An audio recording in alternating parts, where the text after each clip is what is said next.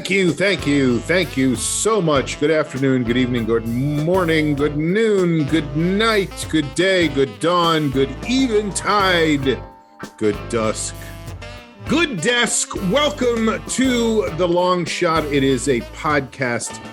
My name is Sean Connery. I'm one of the hosts of the show. With me today on the show, the other host, Amber Kenny, is here. Hello. Good evening. Happy birthday. Thank you. Thank you so much. I was disappointed not to see you last night, but I completely understand. We celebrated in your absence, and it was a very intimate gathering. But that's probably best during a COVID surge. Yeah. You're absolutely right. And in fact, one of the people who showed up, actually two of the people who showed up of like five, were people that I was very glad was there. Were there. People I was very glad. The rest you weren't glad. People I was very glad were there. No. I was glad everybody was there. Yeah. Oh, Jesus, these fucking assholes.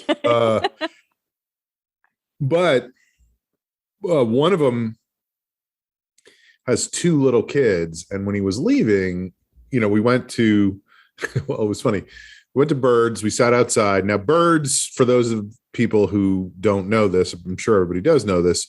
Birds is a bar next to UCB Theater where I spent, 5 or 6 nights a week for 15 years, like knew the bartenders, went to ball games with them, whatever.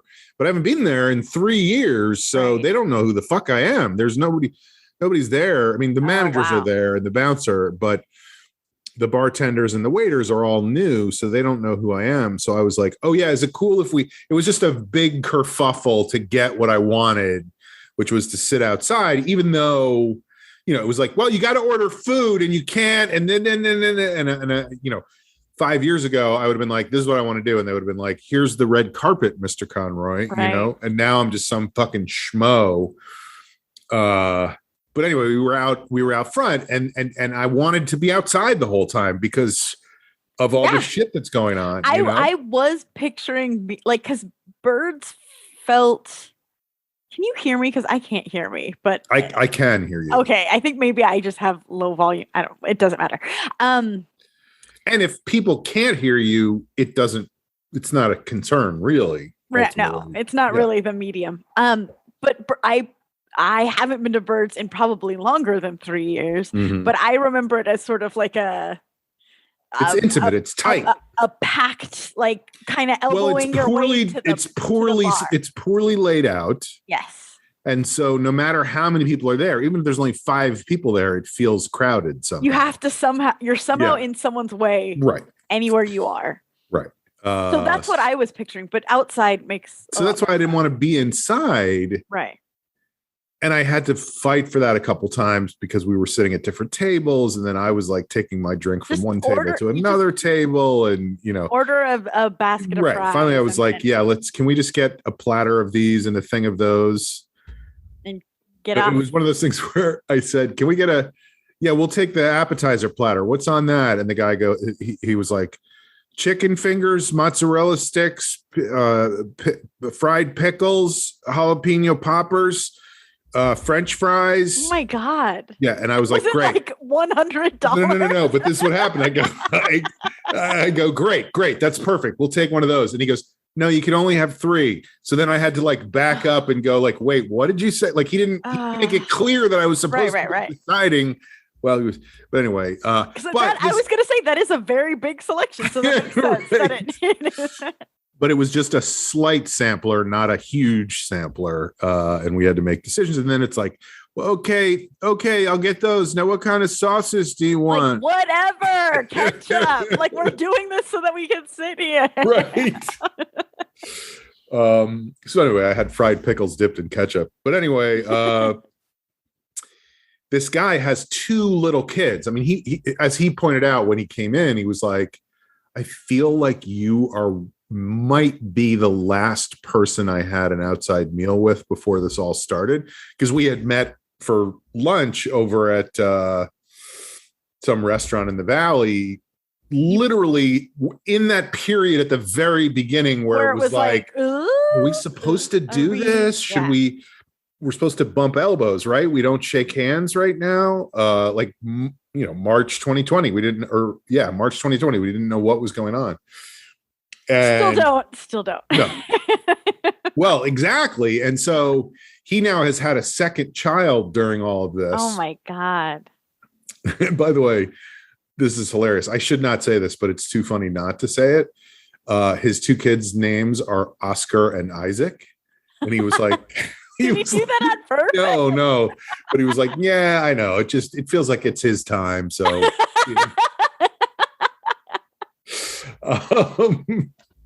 but it's like when I meet people who are named Michael Jackson who were born after Michael Jackson was famous. It's like, why would your parents do like what?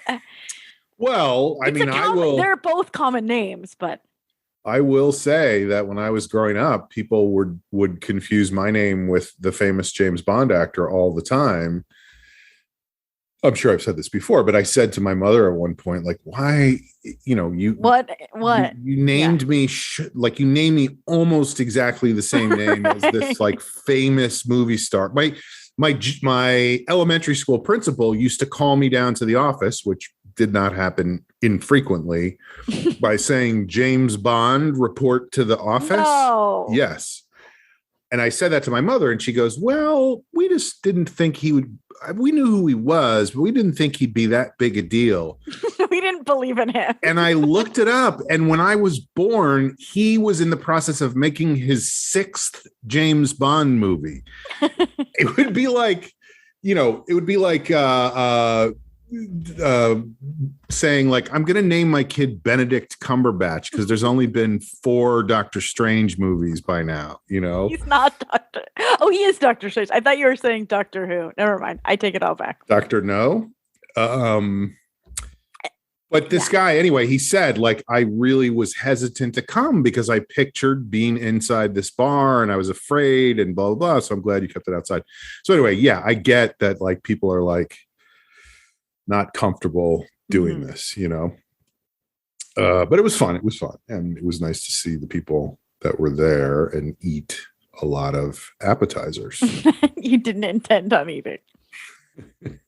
And what was funny, by a half an hour after we got there, we were the only people sitting at the tables outside. Like there were 20 empty tables, you know?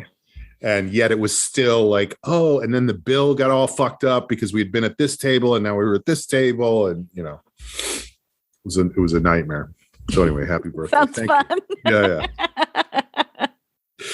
But it was fun. And then here's the other thing I wanted to say. We've been talking a lot the last few episodes about facts and how we don't know facts. We don't know like the difference between truth. Well, there's a commercial that runs all the time on several of the news networks that I partake in. And it hit me really hard this week because this is the way, let me just say, this is the way the commercial starts. Is, I don't know what the image is, but announcer voice goes, fact, we all love video doorbells. I feel like they have a loose definition of fact. Well, so that's what I mean. Like, okay, sure, that's a fact. Then we can say whatever we want is a fact. Then there is no fact. I feel like no one loves video doorbells. Like, or if they do, it doesn't mean everybody does. But like, even if they have it and it's useful to them, they like it. Look at love, it feels strong. Honey, guess what I got you for your birthday? You're gonna love it.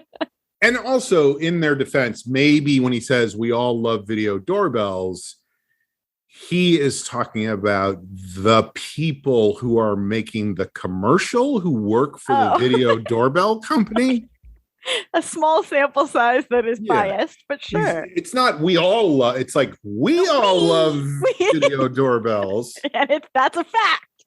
But it's so funny to me that they just go, fact, we all love video doorbells. I'm dying. What is the next statement? Especially for filming pornographic films. No, I don't know. What is it even advertising? Is it advertising video? It's for doorbell? a security system. Yeah, it's like some deal on. It's like two guys who I can't even remember. It's like guys who have a real estate show, and they're plugging a security system. And one of the components of the security system is a video doorbells. Yeah. Okay. But I was the way it was set up so intensely. I thought it was going to be like, fact, we all love video doorbells, but they're no good. Or like fact, we all love video doorbells, but they're killing us. Right. Or like, it's not enough. You also need a video doormat. Or I don't know. A video doormat, just in case anybody wants to see the tread of your sneakers. Which, according to the Hardy Boys Detective Handbook, is the best way to identify anyone. Good way to track somebody down. Yeah. But anyway, I that just made me feel better about the fact that we can that we can say whatever we want as a fact, because if that's a fact, then and I would say we go out of our way to do the opposite, where we're like, this, I don't know what I'm talking about. Just like an idea that I sort of pieced together and I maybe misremembered. Right. Like if we made that commercial, it would be like supposition. Right. Some people might have strong feelings positively about video doorbells. But do they even exist? We don't know. But it might be something else. I did say to somebody today, I was explaining something and I quoting somebody, and I said, he said something to the effect of, and I was like, oh my God, what am I, Cassidy Hutchinson? Like that was everything she said when she testified in front of the January 6th committee. It was like, and then he said something to the effect of, because she had been clearly coached not to say, if they say this is exactly what he said. And it was like, I've never said didn't in 15 years or something. No, I said fact. We love video doorbells. And also, here's another part of all of it is I don't have a video doorbell. I don't either. I don't have any intention of getting one. But if I did, do I know that I wouldn't love it? Maybe I would. Yeah. Maybe we're on the outside looking in. It's like if you have... But I would say it says we all. It doesn't say people who have them love them. Right. But you could also argue that, like... We're going to talk about this doorbell commercial that I have not seen for 2.5 hours. You could also argue that there's no way for somebody who has no experience of it to love it. Right. So the we all implies that you're part of the group that's involved with video doorbells. I don't know what that group is called. How do you feel about video doorbells? I'm genuinely asking. I feel neutral. I don't care. I feel like I don't like them. Why do you not like them? It feels like, I don't know, at the risk of sounding just paranoid for the sake of paranoid, but like everything doesn't need to be on camera all the time. Like it feels 1984-ish. It feels I know we are on camera right now. I understand the irony, but I don't know if I need a camera pointed outside my house at all times. Like it feels like an invasion of privacy. I don't know. It feels unnecessary. Well, I don't disagree. I mean, first of all, if we didn't have video doorbells, we would not have that videotape of the family shooting off fireworks in their front yard where it turns into like a nuclear explosion in the middle of it. Are they okay? Like, by the way. I don't know, but there are so many videos like that we would not have of like, of like a FedEx driver getting scared by somebody jumping out of the box he's there to pick up or whatever. I saw a really good one on TikTok. I think just yesterday, actually, where like the caption was just like, it doesn't matter, but the caption was the funniest thing I've ever seen on my Ring camera. Setting the bar high. Yeah. And I was like, oh, okay. And then It's a couple, like a drunk couple, Mhm. walk up to the door. It's late at night. And then he's like, "Do you have the keys?" And she's like, "No. Why would I have the keys?" And he's like, "Don't you live here?" And she's like, "No." Like neither of them live there. And the person They just kind of accidentally shoved each other in front of this place, thinking that one of them was taking the other one home. Who knows? Like, I would love to know the context, but it was like they both were so confused and they were like, "We need to get out of here. We're at a stranger's house." Mhm. I could see how that would happen though, because I'll tell you what happened. They did not know each other before that night. Right. And they were about to hook up and they were like, is this on? Is it not on? I don't know. I think it is. Right. But I don't want to check in case it's not. Right. I'm just going to play it out as long as possible. Okay, I guess. All right. So this is on. We're going. We're going to go. We're going here. We're going. All right. This is where okay. And then she's like, this is where all right. And they're stumbling and bumping into each other. So they're just kind of, and then all of a sudden it's like they can't go any farther. And that's when they figured out that neither of them. But they were both so mad at each other. Both of them. But not once did either of them go, "Hey, let's go back to my place," or "Hey, let's go back to your place," or "This like, is where we're going," or anything. Improv mirror game. Like they did that as a date, kind of. Right. And somehow stumbled into somebody else. I mean, thank goodness they didn't have the keys, because if they did and they had opened the door, who knows what could have happened with the stand your ground laws and, all that stuff. Everybody's allowed to open carry inside their house. It just goes on and on. So, we always like to start the show with a segment that we call checking in. So let's start today with Amber. What's going on, Amber? Yeah, before you even start, I just want to say, because we talked about this briefly before we started recording. Oh, do you want to talk about that? Yeah. Okay. So you're like, you talk about what you want to talk about. Well, I forgot until I started saying it. And then I was like, we should. Do you live here? So I got a text today from I'm going to pretend to be surprised. Intern drug dealer Alex, who is always like, well, anyway, he was excited because he was like, I can't even remember exactly what it said, but basically he said, "I'm always thrilled when I see how well Minions is doing, especially on social media, because I'm like, Amber is killing it on social media." And I was like, great. So I texted Amber and I said, "Alex is so excited that you're killing it on social media, and you can take it from there." Yeah, Minions is not a DreamWorks production. So you're not involved with their success? Not at all. In social media. DreamWorks, we're always like the child that is confused with a step behind. Yes, but I understand the confusion in this instance. Oh, you're saying confused with another company? Yeah, like they say, like, oh, like Pixar, that's DreamWorks, or like right.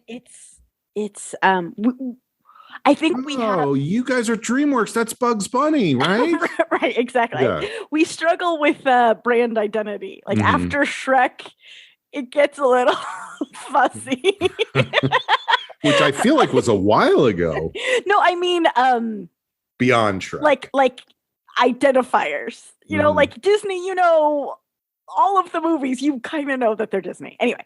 DreamWorks is like Shrek, Boss Baby, Trolls, Kung Fu Panda, Croods. Great. Abominable. Right. A lot. Over the Hedge. The Over the Hedge fans online are insane. Over the Hedge is this. I finally watched it because I was like, everyone's like, this must be the most amazing movie. And it's a Gary Shandling. And they're like all small woodland creatures trying to get over a hedge to steal food from human beings. Uh-huh. That is the whole movie, and it's good. Like I don't want to. Now, I have not seen Over the Hedge, but somehow in my head, and tell me if I'm wrong about this. I'm sure I'm wrong about this. But that doesn't stop the fact that I'm going to say fact. There is a Ben Folds song in Over the Hedge. Oh, it's the whole soundtrack is Ben Folds. The entire cast and everything. I can't believe I knew that. Yeah. How did you know that? I have no idea. The cast is I'm just gonna do this because pulling up the IMDb. Yes. It's Bruce Willis, Steve Carell, Gary Shandling, Nick Nolte, Wanda Sykes, Thomas Hayden, Avril Lavigne. B-listers, basically. William Shatner, Catherine O'Hara, Eugene Levy, Allison So Janney. it's like a crazy, it's insane group of people. It's insane. Like when we were watching it, Jeff and I both kept being like, it feels like a fever dream. Like, oh my God, is that Owl Lionel Barrymore? With John Wilkes Booth as the chipmunk. Right. It's exactly that. And again, it's good. It's fine. It's good. But every single time I post anything, there is at least one person, if not multiple people, saying, Over the Hedge 2, when? It's like, never. I like how it's like everything people say on social media is like a kidnap demand, you know? It's not like, I really enjoyed the first one. Is there any chance we could see a second one? It's like, I will come to your house, murder your family, and piss on your grave if we don't get Over the Hedge 2. What would they call it? I guess it would be Over the Hedges. Yeah, Over the Next Hedge. But it's interesting because it's Cut to like interior boardroom. The team is brainstorming a name for the next sequel to Over the Hedge. Over the Hedges. Over another hedge. Well, Bob, I'm out of the box here, but under the hedge. What if they go under? How about staying on the hedge? What about trimming the hedge? Hogging the hedge. Hogging the hedge? So much so. I don't know why this is tickling me so much. So much though that we had for Easter, we did a post where we had wooden Easter eggs painted in the theme of different DreamWorks movie, and I didn't go in, but my boss took pictures of them at different places around DreamWorks. And we did an Over the Hedge one just for like these mother truckers, and we put it in a hedge. I think that was my idea. Or on a hedge. How did you come up with that? Well, my favorite is we in like meetings with our bosses, we were like, oh, here's the pictures we took, and like, can you guess what movie each are from? And they guessed every single one except that one because nobody knows what that movie is. Right. And I was like, the location is a clue, and they were like, Forrest. The autobiography of George Bush. Anyway, I understand the Minions confusion specifically. Right. Again, we have a lot of brand confusion. I guess that's on me. I need to fix that. I don't know. Luckily, there's also confusion about who the social media director is. So, but Minions is Illumination, which is a part of NBC Universal, and DreamWorks is a part also of NBC a large Universal. Conspiracy that controls the world. Yes. Yeah. But so like we're cousins, like it's the same parent company, but it's not us. Got it. So that's where Alex is like, oh, Universal, great. DreamWorks, great. Right. Doesn't realize that this is actually an Illuminati property. Right. So it's part of taking over the world. But why don't you just do something like that? Right. I told you this ahead of time. So there's been a big the Gentle Minions is what it's called. So I don't even know what that is. Can you explain that? Just because I can explain it as much as I fully understand it, because a lot of things, especially online, are like they just happen. And when you're like, you can't pin it down. Yeah, and so when you like, but what? Like you try to get to the bottom of it, and it's like the hole is deeper. Like right. But, because they're being ironic about this other thing that happened the last time they did the same thing. Exactly. Yeah. But I think from what I glean in my extensive research is that somebody posted a picture of like a badass movie poster or like it might have even been BTS in suits. Like it was like a group of them like looking really suave, and it said on the way to see Minions. Okay. This is how it started.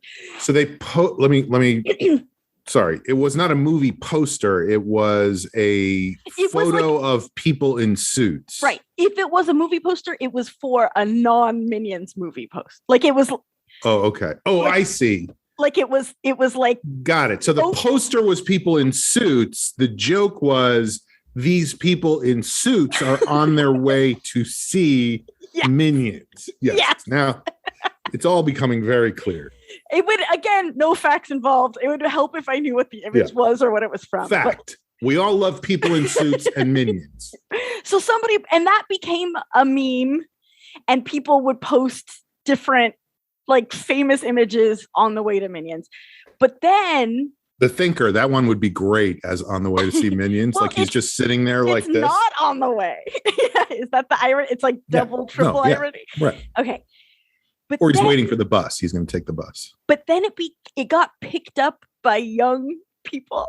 I sound like such a grandmother. It's so funny to talk about stuff like this because we have an intern now who's 20, and we're like, so is this what it means? like you truly need like translation. But so a bunch of young people got dressed up in suits and went and saw Minions opening weekend, and then took pictures of themselves doing that. And so that inspired other people to do it. Anyway, Minions did great in the box office with young men 18 to 24, which never happens for an animated movie. Like it's kids, it's families. It's not like the 18 to 24-year-old males is not their demo. It's not their quadrant. That's not who they're. Yeah. And so the movie theaters were just filled with these like young men dressed to the nines watching Minions, which I think is so cute and so wholesome. Like it's like a wholesome prank. Right. I'm into it. But I guess some of them got rowdy and started like throwing. 3 of them shit on the floor while they were there. Right? Well, and so they started like some movie theaters said you weren't allowed in if you were wearing no gang colors. Yeah. Which is so funny. It's like you need to look shittier. like you look too dignified. No cargo pants, no hoodies, and no suits. So it's like really been a big thing. And because of that, this is what you were referring to at the beginning. Right. Well, no. Before we even get to that, you're saying like, and I think this is why Alex was referring to it. Yeah. Like it's all over social media and people are like, oh, the Minions, and they call it what? Gentle Minions. Is that the? Yeah. # Gentle Minions. Right. Because it's like they're gentlemen, but they're gentlemen. So it's like a weird. Got it. So it's a weird. This is hilarious that we're just like explaining memes. Well, I find it really interesting because I don't really know how this stuff works, but it's like an unintentional thing that happened that's causing the movie itself to do really well. So whoever was the voice of the Minion, I think it was like Nick Nolte or Bruce Willis or whoever was the voice of it. Barack Obama. Is sitting at home counting piles of cash because of this Gentle Minions thing. Right. Well, and so here's another part of it. Oh my God, I cannot believe we're going. So fact. Morbius. Is that how you say it? The Jared Leto one. Morbius. I think it's Morbius. Yeah. That also was a meme where people would say it's Morbin time. So they were trying to get it to go. No. It was this is where like the irony online is paper thin. Yeah. And it's Morbin time and Gentle Minions is the line. Because people were ironically saying it's Morbin time. And they said it so much and it became trending and a hashtag and like people were constantly talking about it, that the movie studio that produced Morbius was like, people fucking love this movie, we gotta re-release it. And they did, and no one went. Right. On the other hand, Gentle Minions, they are ironically doing it, but they're doing it, so right. It's like, so they're actually going to see it. Right. Has anybody tried to do hashtag Gentle Morbians? I'm sure they have. I'm sure. But all of this said is, and I get it because it produced a successful movie. But now our executives are like, we got to do that for our next movie. And I'm like, do what? Like, accidentally have young people make a meme out of it? Like, right. I don't. Well, of course, it immediately makes me think, because I feel like the same thing happened with the guy on the skateboard with the juice. Yeah. Like you said, they were having a meeting then going like, let's do this. Yeah. Well, I keep having to say this in meetings, and I actually just said it today to a new assistant. I was like crying laughing at lunch because I had to explain it to Jeff. The one nice thing about Jeff and I having very similar jobs is when something like that happens, I can be like, hey, this happened. And he immediately understands, and we're both laughing without 2 hours of context like we're doing right now. Now tell me, what is this relationship you have with Jeff? He's my husband. And that happens when... No. Gentle husband. Your gentle husband. But he is my gentle husband. But so today an assistant reached out to me and was like, hey, shouldn't be saying any of this, but I'm going to. Was like, hey, this like dance video of Can't Stop the Beat from Trolls 1 of all the employees dancing around the DreamWorks campus. Do you have any ideas on how to make it viral now? And I first was like, I just laughed. I was like, LOL. This was all text, but I was like, that's the classic. That's like the joke note you get in social media is like, make it viral. Like, we have any control over that. If we did, wouldn't we make everything viral all the time and be very successful? Anyway, like, we just choose not to. We're very like, I don't. Anyway, so. Doesn't seem like a good idea to me, but okay. So A, don't know. B, why? Why do you want to make a thing? Well, in case we want to do It's Trollin' Time and re-release Trolls. Well, she was like, and I was like, honestly, I like, I'm just want to dig a little bit deeper. Like, what? Why? Truly, why do you? What is the intention? And then maybe I could help you with the intention. What are you actually trying to do by going viral with this? And she's like, well, I pitched making some new videos like that. And my boss said I could once I get that one to go viral. Do you understand your boss was saying no? I was screaming, laughing.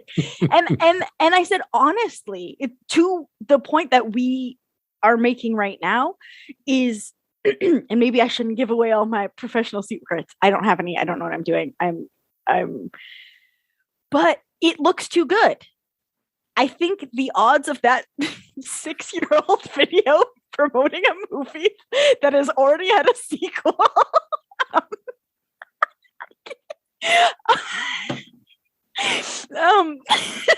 Look, I know this is very funny to you, but I'm an assistant. Okay. I'm just trying to do what my boss told me to do. I know. I said it all nicely. This is hilarious. This is hilarious. I get it. You're laughing. Your gentle husband is there. He's laughing too. He has a similar job. You guys get to make a joke out of my fucking life. But what I said is the odds of it at all getting virally picked up go up. It looks too good. It looks produced. It looks like a marketing video. Like the odds of it going viral go way up if it just seems like coworkers who spontaneously did something. And not that you don't want to make beautiful things, but like people are savvy and they smell a marketing stunt. They smell a production crew and they want things to have like a sense of authenticity. So that's my marketing lesson for the day.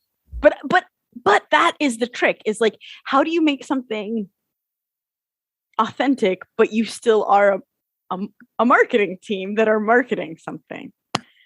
If you figure it out, let me know. I will be very successful. Well, what's funny also, I mean, it's not funny, it's fucking terrifying, is this is exactly the same problem that confronted Donald Trump after he lost the election of 2020. How do I come up with a way to get this idea to go viral? He did it. That's based in nothing, that has no substance, and convince people to get on board and get them to commit violent crimes based on how do I do that? Right. He's a, you want to take a page out of his marketing book if you want to sell stuff. Truly. But I don't know if he has my target demo. No. But I think, if you use the same money. And also the same steps, like it's about the process, not necessarily the target audience, Are you telling although 18 to 24-year-old males are in that? Yeah, maybe they're all. Ooh. Are you telling me to go to Trump University? Yep. Yeah, you can get a degree from Trump University and come back to Universal and Illuminati, or what? I don't know the name of the place you are. There's no way to know. But all of that said, that wasn't even my checking in. Oh, okay. What's your checking in? It's funny. I have a very DreamWorks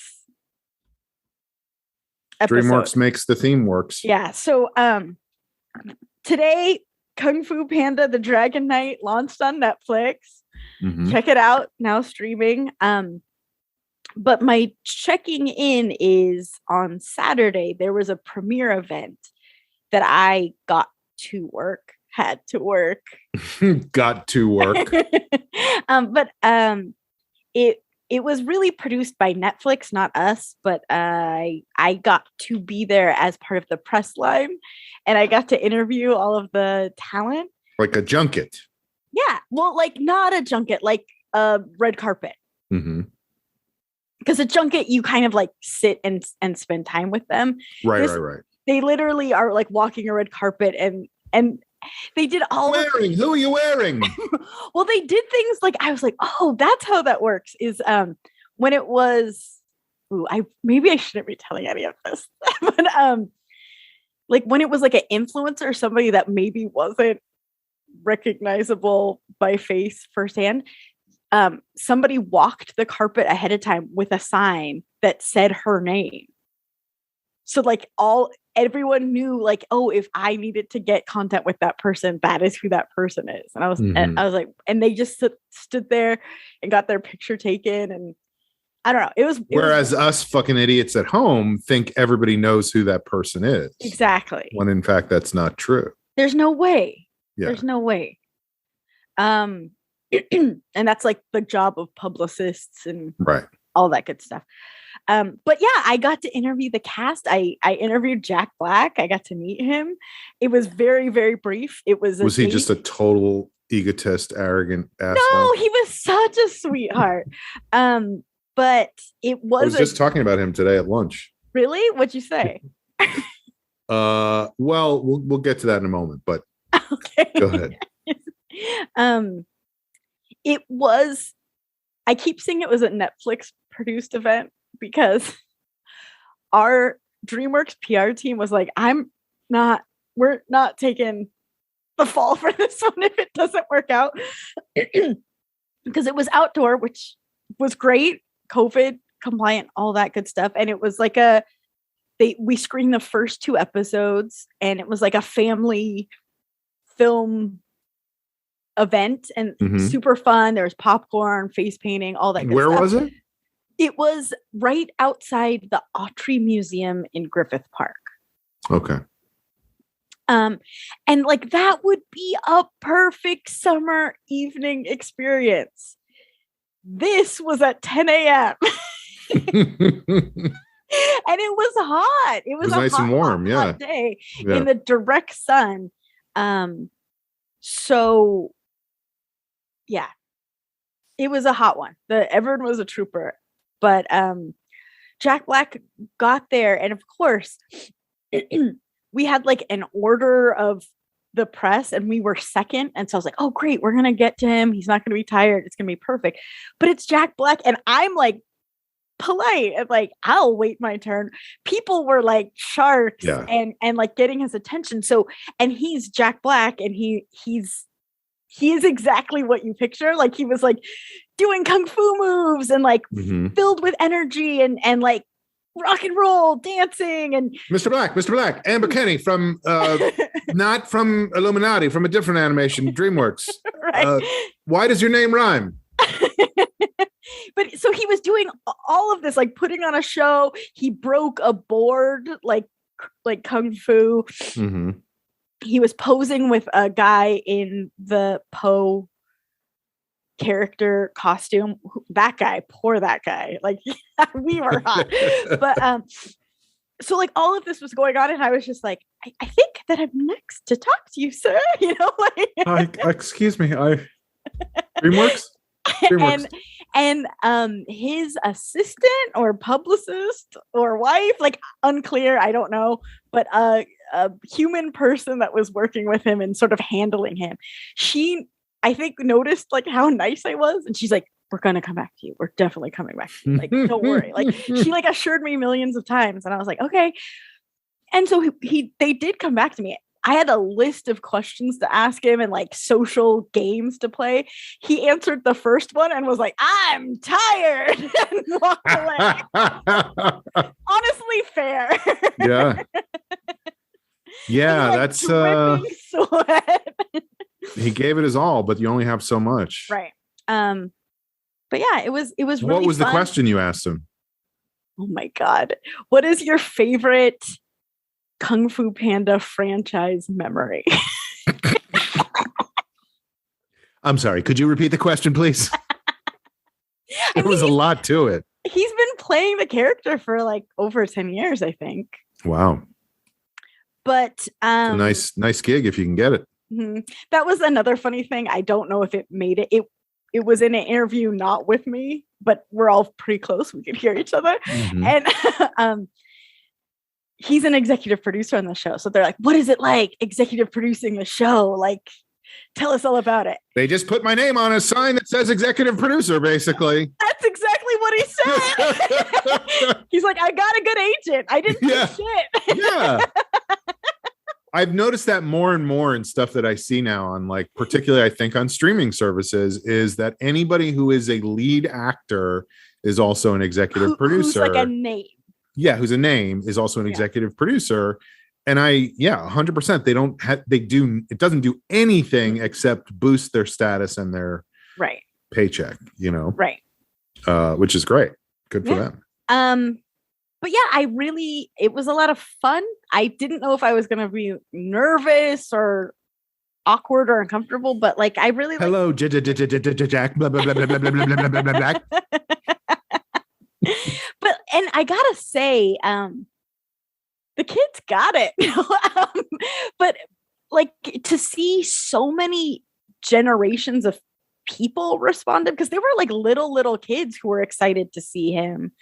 And, you know, normal age people. Right. and like what I mean is like there aren't a lot of people that are famous in a way that even like Gen Z and beyond can like recognize and respond to in that way. Yeah, and you might be right. It might be about recognition, but I think there's also an element in some, I'm just going to say performers, not movie stars, because I think there is a difference. I think there's an element in some performers that's just like an incredible personal charisma and electricity that they have in a live situation, and it also comes across on screen where you're just like, holy shit, I would watch this person do anything. Yeah. You know? Yeah.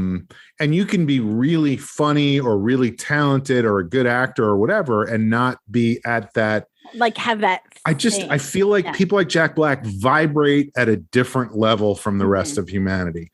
There's a connection to the universe and a connection to all of us that they have. And I'm trying to think of like who else I've seen like that. I would say Amy Poehler is somebody like that. Andy Daly is somebody like that. Prince. I know it's like not on the comedy level, but seriously. Yeah, of course. And in a whole different way. Right. But in a way that like he comes on stage and you're like, I can't look away. But like with Jack Black, I don't know if you remember the movie. It was a John Cusack movie where he High Fidelity. Yeah. My boyfriend at the time was obsessed with it. I'm very familiar, right. Which is hilarious because it's a breakup movie. But anyway. And you guys did. Do you get it? He's one of your top 5 breakups, right? But anyway, in that movie, like Jack Black just fucking blows everybody in the movie away. 2 scenes, like he's like a tiny part. Yeah. I just remember seeing it and being like, holy shit. Well, you know, there's a movie, not to like one up you, but there's a movie called like Airborne or something like that. It's like a rollerblade. No, you're thinking of a virus. It's like a rollerblade, like silly teenage movie in the like early 90s. It's like a super Schindler's List high school. Like it's like the same trope as all of them. Like there's a new kid in school, he's a dork, and then he's cool because he does something when the popular kids hate him, blah blah blah blah. But he has rollerblades. Nobody's ever seen those before. Right. Something like that. But Jack Black, again, he's an even smaller part than High Fidelity. He's like the bad guy's like henchman, like you know how there's always like 2 guys that stand. Of course. Yeah. And same thing. Yeah. Kick his ass, Frankie. Right. Yeah. And also, I have to say, my disclaimer, not facts. I haven't seen this movie in a long time. Like my idea of the casting might be a little bit wrong, but I will say, like, you cannot take your eyes off him. He's such like undeniably a star. It's interesting. Yeah. That's cool. No, I was talking about him today at lunch. We had a whole long conversation because there was an article in the New York Times today about Janine Garofalo, friend of the podcast. Oh yeah, we like made her perform a song, didn't we? Holy shit, that's right. I cannot believe we had the gall. She did dog shoot. Did she do? Or Snack Patrol? It was one of those. It might have been Snack Patrol. God, what fucking lunatics we are. Well, that's weird because I also this week, just by coincidence, because it came up in a conversation with some friends from college, somebody was talking about Yakov Smirnoff, and I was like, oh, we had him on the podcast once. And I sent those guys a link to the podcast. So I listened to the podcast to make sure you're like, it's insane. Like the episode is like an hour and 49 minutes long. Yakov Smirnoff is in like the last 30 seconds of the episode. What is wrong with us? It's so crazy. And most of it is like Jamie talking about his relatively new shirt. And like what your you look like Little Red Riding Hood. Like, it was, I couldn't believe it. I listened back and I was like, what is wrong with us? I just remember Yakov was so nice. Like, he really was. Like, and I feel like he tweeted about me afterwards or something. Oh, really? In like a kind way of like, I don't know. I was just like, what is my life? It was an insane, like, I was like, what? Because Eddie was gone by then. So it was just the three of us. Why wouldn't we bring him in? It was so crazy. It really was. Like, I was like, because clearly we had in mind this is how the show works, and so we made them sit there and listen. Yeah. They couldn't come later. You can hear him laughing in the background during the first like hour of the show. Fucking crazy. So I forgot. I got to find that because there's some clues. There's some breadcrumbs as to why we aren't the most successful podcast in the world. That's insane. But anyway, so there's this really great article about Janeane Garofalo, the thesis of which is basically Janeane never sold out, and that's a good thing. Mm-hmm. It's a very Gen X. Well, that's exactly what it's all about, is that she is the ultimate embodiment of Gen X. Like that movie that she did with Stiller and, was all about, do I sell out or do I not sell out? And people were mad at her for doing that movie because that's selling out. And then she went on, they talk in the article about, she went on Letterman and she talked about how she felt like a sellout for doing the movie and she didn't want, and that like promoted the movie more. It was crazy that like having a job is like bad. Yeah. Well, and so now it's all about selling out. Like social media is just about like doing whatever it takes to be an influencer, to be popular, to get views, follow the algorithm, gentle minions, Morby mommies, whatever it takes. In fact, I wrote down in the article, it says a thing that I really liked because I found it like, it was really interesting. And obviously Janeane has had an interesting career. And I feel like a success, maybe not. Well, exactly. Like she's done a bunch of stuff that was really high profile, but never, I don't know. I don't know exactly how to phrase it, but it's like, she's not doing like stadiums, right? She's not. I was going to use the fucking, what's their names, the guys I always think of when I think of stadium tours, Ron White and Larry the Cable Guy. Like, she's not flying around the country in her private jet. She doesn't have t-shirts that have like her catchphrase on them. But and in the article, this is why I say it was inspiring. In the article, the guy talks about seeing her in just a room in Brooklyn with like 12 people in the audience. And she gets up and she's like, just trying some stuff out. And some of it's really great and whatever. And I was like, and talking about stand-up as the only art form where you have complete control over every aspect of it. And that goes back to what I talked about with directing. With Laurie Kilmartin, when I was talking with her, where I ran into Laurie. I mean, I've, again, told the story a million times. This is what happens when you get old, like I did on my birthday yesterday. It's like you tell the same stories over and over again. You got old yesterday? Yeah. And so you repeat yourself. But I saw Lori flying to New York and on a plane. She was on a plane. We were on the same plane. It was flying to New York. She was just going for the weekend. And she was going to just perform in a comedy festival there. And I just asked her, like, how are you able to have the energy when you go to Conan at 7:30 every morning to write monologue and whatever? And her point was, stand-up is where I feel like I can do exactly what I want, when I want, where I want, in the way I want. Not like in someone else's voice or what the sponsor or what the notes you get from the network or the, to not offend the guest that night. Right. And so I thought that was really interesting. And so this was kind of what this writer was saying about Janeane, is that she's out there, she's just like doing stand-up because that is who she is and that's what she loves and that's her thing. And like, to your point about Jack Black being recognized by, Gen Z Prime or whatever, they wouldn't recognize Janeane Garofalo. Right. Right. So anyway, this is what he wrote. Only a fool thinks the funniest comics are the most popular, or that deeply respected ones don't remain obscure.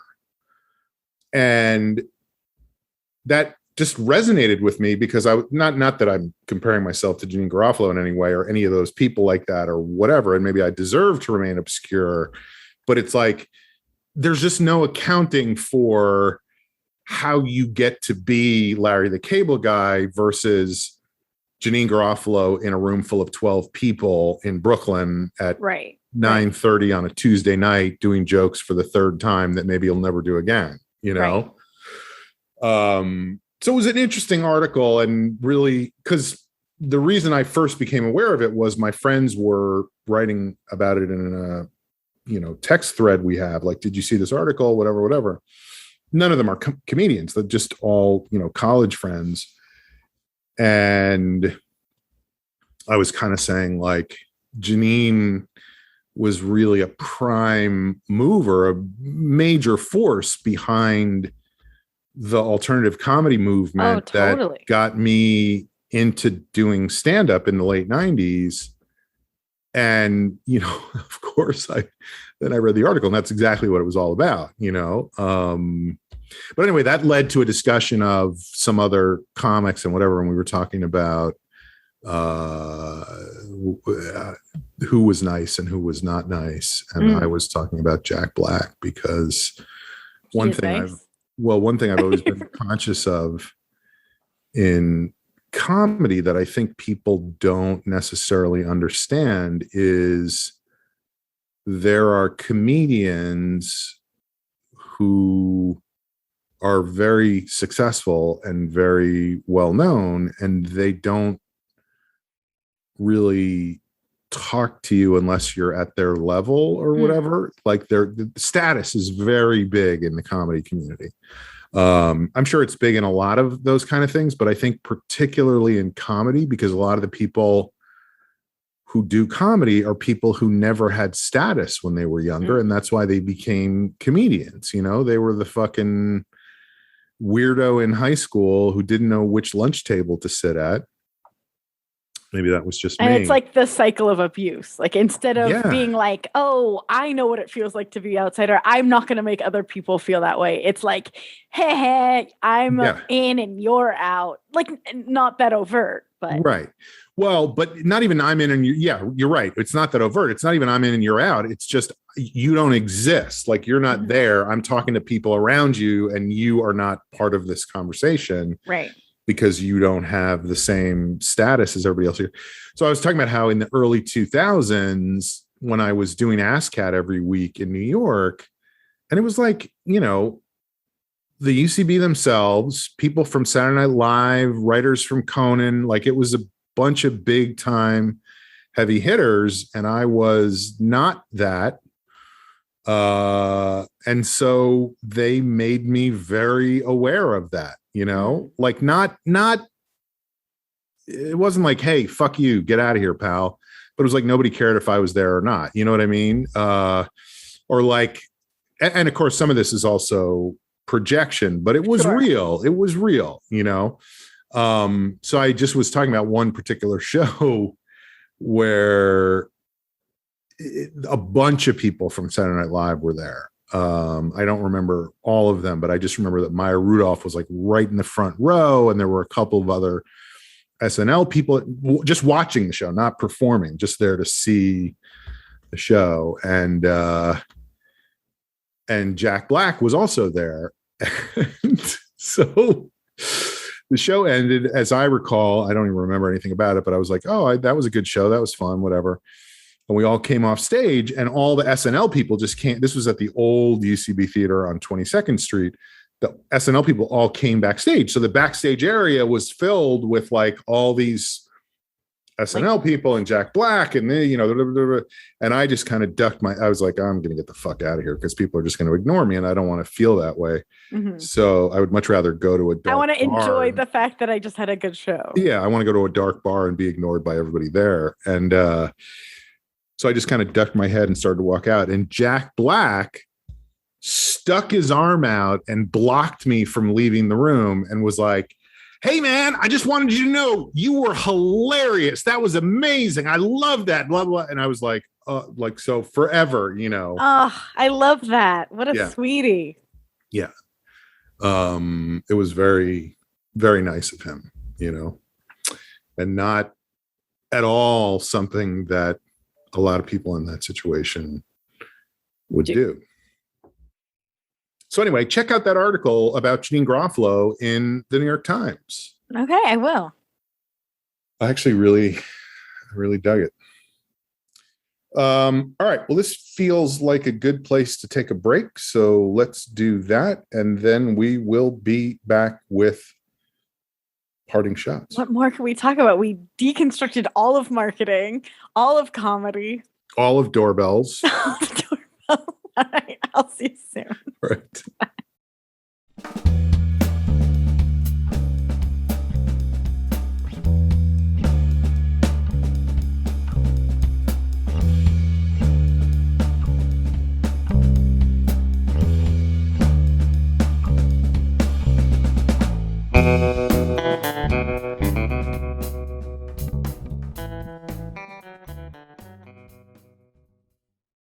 We are back. You're listening to The Long Shot. It is a podcast. It's time for a segment on the show that we call Parting Shots.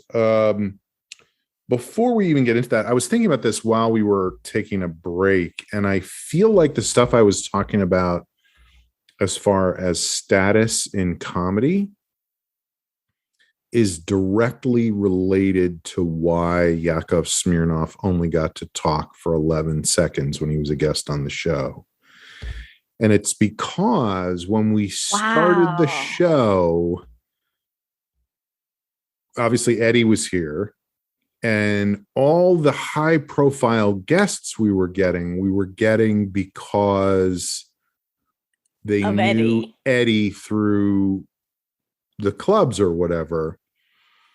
And so I was very aware of that and aware of the fact that they would come in thinking that the two of them are just going to talk. Yeah, that it's Eddie's show and who are these other idiots and whatever. And I wanted to make sure they knew that we were integral to the show. And that's what started the whole thing of like, you guys can wait to come in for half an hour. You're continuing the cycle of abuse now. I'm continuing the cycle of abuse. Absolutely.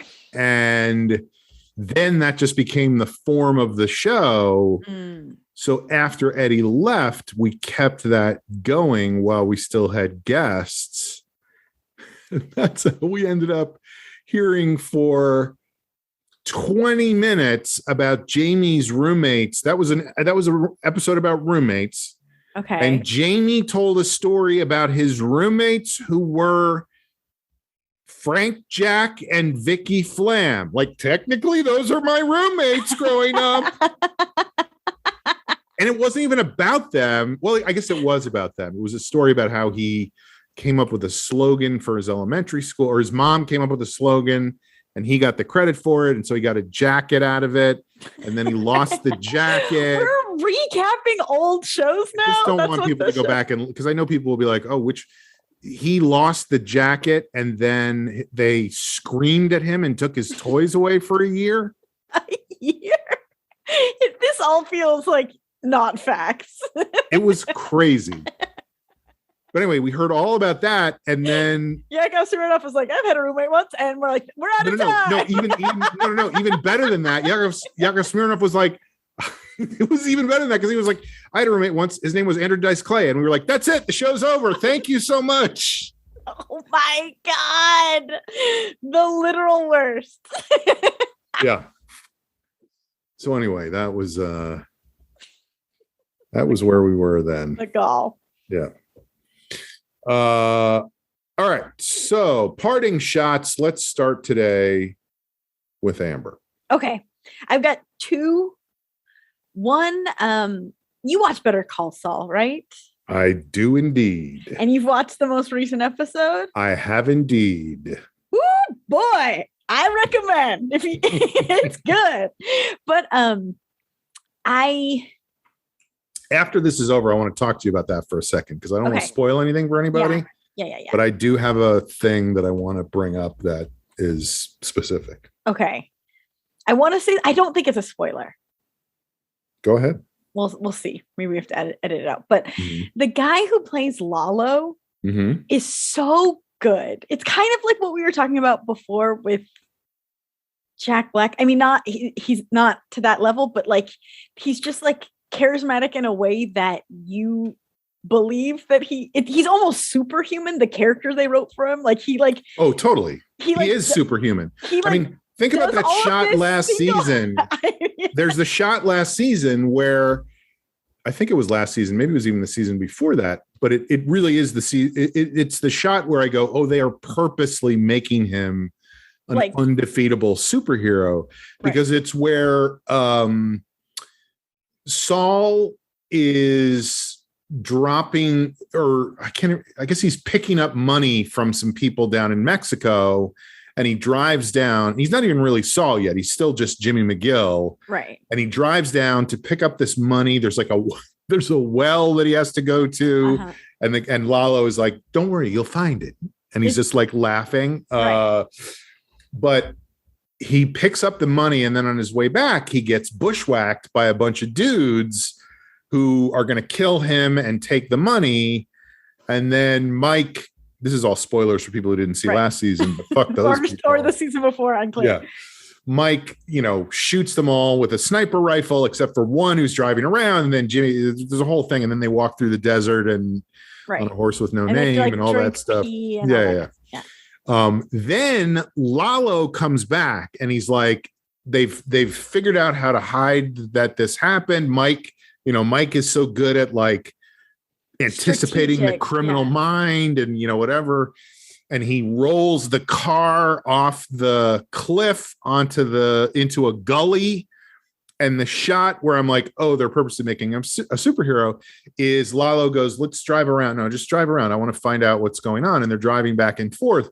And then they stop because they see the car down at the bottom of the gully. And it's like they frame the shot. There's the cinematography on that show is so amazing, but they frame the shot where he's standing up at the top of the gully and he jumps down onto the car and it's like 25 feet down. Right. And he's like fucking Spider-Man. Like it's not a problem for him. He just jumps down, looks around, whatever. And that's where I was like, oh, and then of course there's the thing where they send an army of murderers to his house and he just kills all of them and gets away. But I will say the actor and the charisma he has, like you believe it. Like there's something about this guy that it's like, he's terrifying. He's absolutely terrifying because he does not. Nothing affects him. He doesn't. Nothing affects him. I'm trying to think of how to say it. Like he doesn't follow the rules of society. Like he does whatever he wants and doesn't worry about whether there are going to be repercussions for it. So there are no repercussions. Right. Right. Really, really interesting character. And also, I know that guy's done other stuff, but it's just fascinating to me when somebody like that gets the right part and they're so good in it. And you're like, think about how many fucking people are out there trying so hard to do something and just never getting that specific thing. Because he'll do a bunch of stuff now, Yeah. Well, but what I was thinking, because that character's so great and so watchable, is that like, let's just make a spin-off again. Now it's Lalo's show. And better not call Lalo. Well, it would be hilarious to keep having the same cast age and backwards but be playing younger and younger versions of themselves. Better call Lalo. And they're like teenagers. I don't know. It is weird because I watched. It's funny. Breaking Bad was on all weekend because they were leading up to the season premiere. and I watched like 10 minutes of an episode, and it's 15 years ago. So Jonathan Banks looks 15 years way younger. Yeah. And he's supposed to be way younger in this show. It's like it's definitely a weird thing. Getting close to like the timeline, like matching up or ish, right? Well, supposedly, Walt and Jesse are going to show up. So they're going to look like garbage. It's going to be so funny. Right. Yeah, that is funny. Jesus. But yeah, so that was the thought I had. And then the other thing, it was ever since I had COVID, at the risk of sounding like Gwyneth Paltrow and Goop and junk science, because it might be junk science. I'm not saying these are facts, but I'm like hyper aware of not adding additional inflammation to my body, because it feels like that is part of what goes wrong is all inflammation. And like, because so I'm not like, I was working out really hard. It's funny, we were sort of talking about this last week. You were, because I had fucked up my back. Yeah. But I had been doing a lot of like intense, like sweaty cardio and weightlifting and stuff like that. And I've kind of let that go. I'm going for long walks and I'm doing like yoga and stretching. And so far so good. Like I like it. I don't know. I don't really have a point to that, but it's interesting to be aware. And like, I'm full of shit. I still drink a beer, like it, and that's inflammation right there. Right. But I'm at least aware of it. You're talking about the IPA is called inflammation? No, I mean it makes your body inflamed. Oh. But I'm taking turmeric. I'm trying to like eat more fruits and vegetables that are anti-inflammatory, and I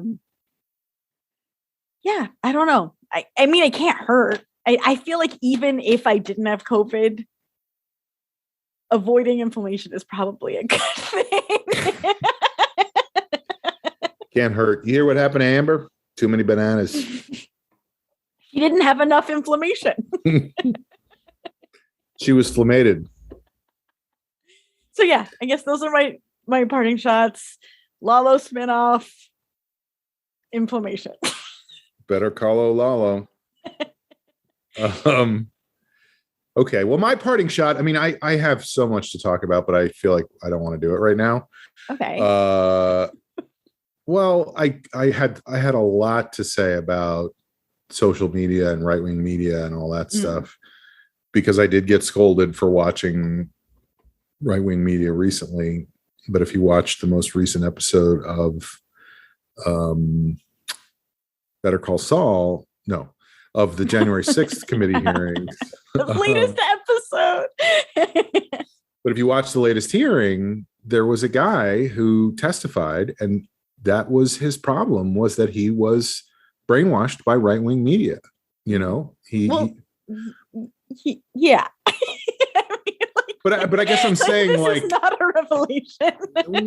Well, but I think people are just saying like, why would you watch that? It's just so upsetting. It's not, why pay attention to it? But like the fact that we are not paying attention to it, that we are not paying enough attention to it, is allowing it to propagate and have such a huge influence on people. And it's getting darker and darker and darker and weirder and more fucked up. And that was all the shit that I was thinking about that I don't want to get into now. Well, okay. I want to know, can you give us a taste of the darker? Give us a hint. Give us a little niblet. Well, okay. You asked for it. Hello, can of worms. Hello, can opener. I don't know if you've heard about this thing over the last few days where President Biden talked about a 10-year-old girl who was raped. Okay, yeah, this is pretty dark. Became pregnant. I asked for it. I'm so sorry. She became pregnant in Ohio, where she was not allowed to have an abortion. So they took her to Indiana, where she got an abortion. President Biden talked about it. The Attorney General of Ohio came out with a statement that said, we have found no evidence of this person, so we don't think this is true. Right-wing media picked that up and ran with it. Tucker Carlson and the Washington Examiner and whoever, the websites and whatever. Right. Biden's a liar. He's a liar. He's lying. The Wall Street Journal published an op-ed that said the title was something like an abortion story that was too good to be true. Which is like, what is wrong with bizarre? Yeah. Cut to a couple of days later. Yeah, I have heard this. They arrested the rapist who impregnated this 10-year-old girl. Now, she just turned 10, so the theory is that she was actually raped when she was 9. It's a good theory. Pregnant.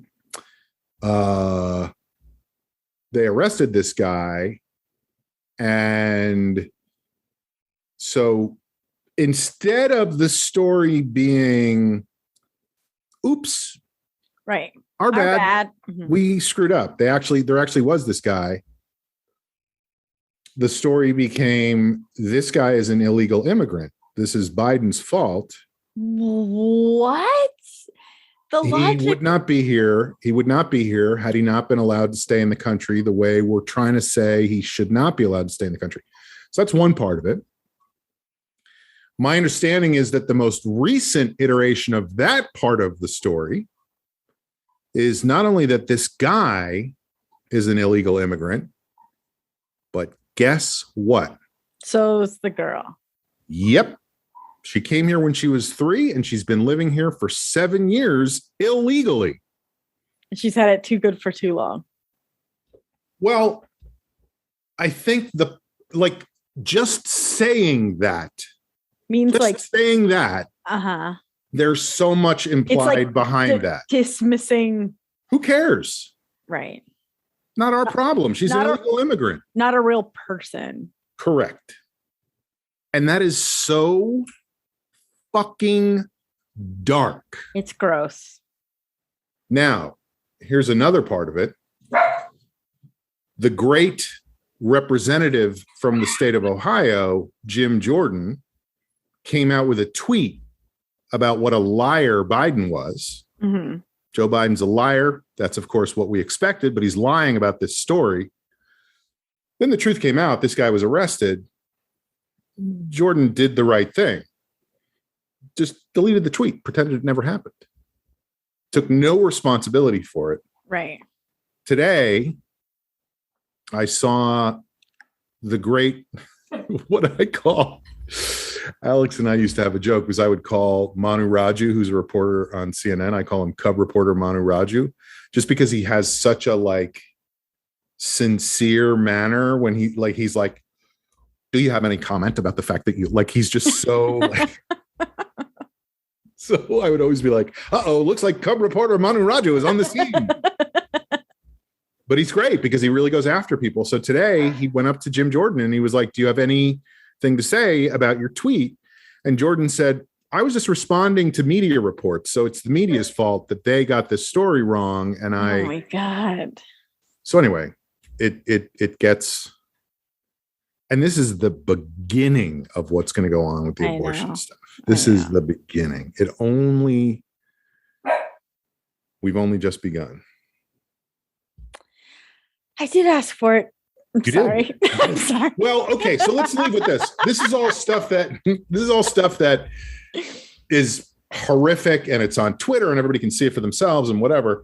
But I guess I'm saying, don't tell me not to pay attention to it, because this shit is going to get worse and worse. And it's leading, already has and will continue to lead to more violence, and it's just things are going badly in that sense. That said, I saw a joke on Twitter yesterday. I thought you were going to say I had a really good sandwich. I did have a good sandwich. Well, the sandwich was okay.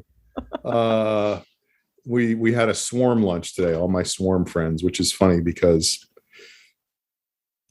imagine going out to lunch with a bunch of comedians who've been together for 30 years. And, the poor waitress. Yes.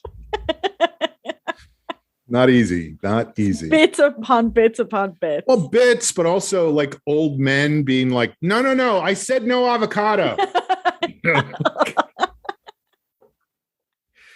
Or not even that. Literally, this was a thing today. Somebody brought the sandwich out, and the person whose sandwich it was like, there's avocado on this. Like, not even like I asked for no avocado, and and it wasn't the server who brought it out. It was somebody else. And they were like it's a BLT with avocado. That's what you ordered. Like the sandwich was listed as BLTA, and he said no avocado. So he's like, there's avocado on this. And the guy was like, yeah. So anyway, these poor people had to deal with us. So I did have a good sandwich. But anyway, the joke the joke from yesterday that really made me laugh, and it's such a comedy joke because it's like a tired trope, and I wish I could give credit where credit is due. It's not my joke. It's somebody on Twitter. I don't know who it was. It wasn't a comedian. It was like a writer of some sort, and it just said, let me see if I can get it right. I just flew in from the mutation lab, and boy, are my arms legs. And that really made me laugh. So that's my parting shot. That's it. I love it. I think we should end on a high-ish note. Yeah. An up note. Sure. Yeah. Yeah. Thanks so much. Folks, this has been The Long Shot. Please smash that like and reply. Hit reply to us. Follow us on Twitter, The Long Shot Podcast at thelongshotpodcast.net. Hashtag gentle lo shopo. Gentle lo shopo. Join our Facebook group. Put on a suit and listen to a podcast. Oh, that's okay. So one more thing before we go. I have started watching Only Murders in the Building. Oh, yeah.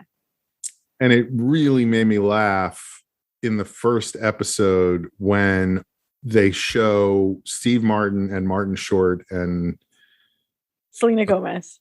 Thank you. We always in this house we always call her Selfie Gomez, and I don't know how that started. I think someone misspoke once, and now she will forever be Selfie Gomez. So I'm proud of myself for saying it correctly. You're proud of your selfie, yeah. But a new episode of the podcast drops, and they all separately in their apartments fluff up a pillow and put it on the couch and pour themselves a glass of wine and turn on the computer to hear the new episode of the podcast. And I was like, who listens to a podcast as a thing? You're doing the dishes, you're driving. Right. Yeah. So anyway, please send us. We're having a contest. It starts today. Already. We did this contest, and we made fun of Jamie for it. Folks, this has been The Long Shot. Hit like and reply. We'll see you next time.